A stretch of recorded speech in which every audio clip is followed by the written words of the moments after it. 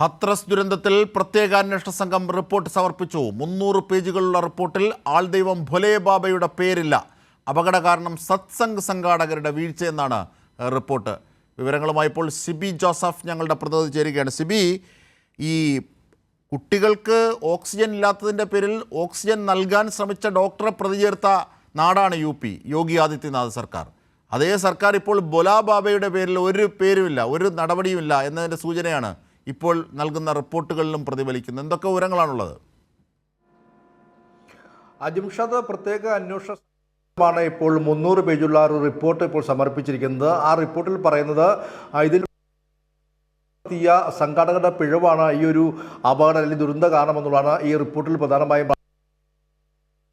മൊഴിയാണ് രേഖപ്പെടുത്തിയിരിക്കുന്നത്. ഇതിൽ ഹത്രാസ് ജില്ലാ മജിസ്ട്രേറ്റ്, അതുകൂടാതെ police superintendent, sub divisional magistrate, അന്ന് ആ സംഭവം ഉണ്ടായ ജൂലൈ 2-ന് അന്ന് ഡ്യൂട്ടിയിലുണ്ടെന്ന പോലീസ് ഉദ്യോഗസ്ഥരടക്കമുള്ള ആളുകളുടെ മൊഴി രേഖപ്പെടുത്തിയിട്ടുണ്ട്. അതുകൂടാതെ ഈ ഒരു ദുരന്തത്തിൽ അപകടത്തിൽ മരിച്ച ആളുകളുടെ ബന്ധുക്കളുടെയും അന്ന് ആ ഒരു സംഭവത്തിൽ പങ്കെടുത്ത അല്ലെങ്കിൽ ആ ഒരു സംഭവത്തിൽ പങ്കെടുത്ത ആളുകളുടെയും അടക്കമല്ലാതിനെയും മൊഴികൾ രേഖപ്പെടുത്തിയിട്ടുണ്ട്. അങ്ങനെ 119 മൊഴികളാണ് രേഖപ്പെടുത്തിയിട്ടുള്ളത്.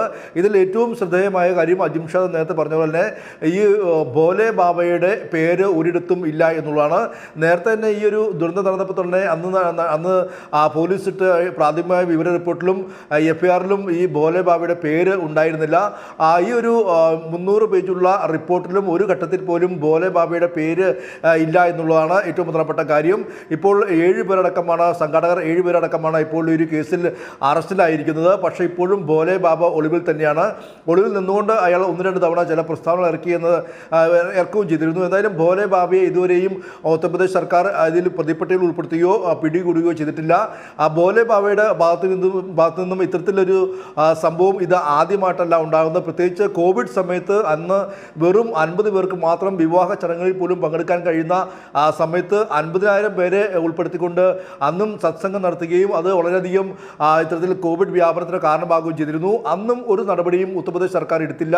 ഇതിപ്പോൾ രണ്ടാമത്തെ ഒരു സംഭവമാണ് ഈ ഭോലെ ബാബയുടെ പേരിൽ ഉണ്ടാകുന്നത്. നമുക്കറിയാം, അന്ന് 80,000 പേർക്ക് മാത്രമായിരുന്നു ഈ ഒരു സത്സംഗത്തിൽ പങ്കെടുക്കാൻ വേണ്ടി അനുമതി നൽകിയിരുന്നുള്ളൂ. പക്ഷേ 2 ലക്ഷത്തിലധികം ആളുകൾ പങ്കെടുത്തു എന്നുള്ളതാണ് ഇപ്പോൾ ഈ റിപ്പോർട്ടിലും പറയുന്നത്.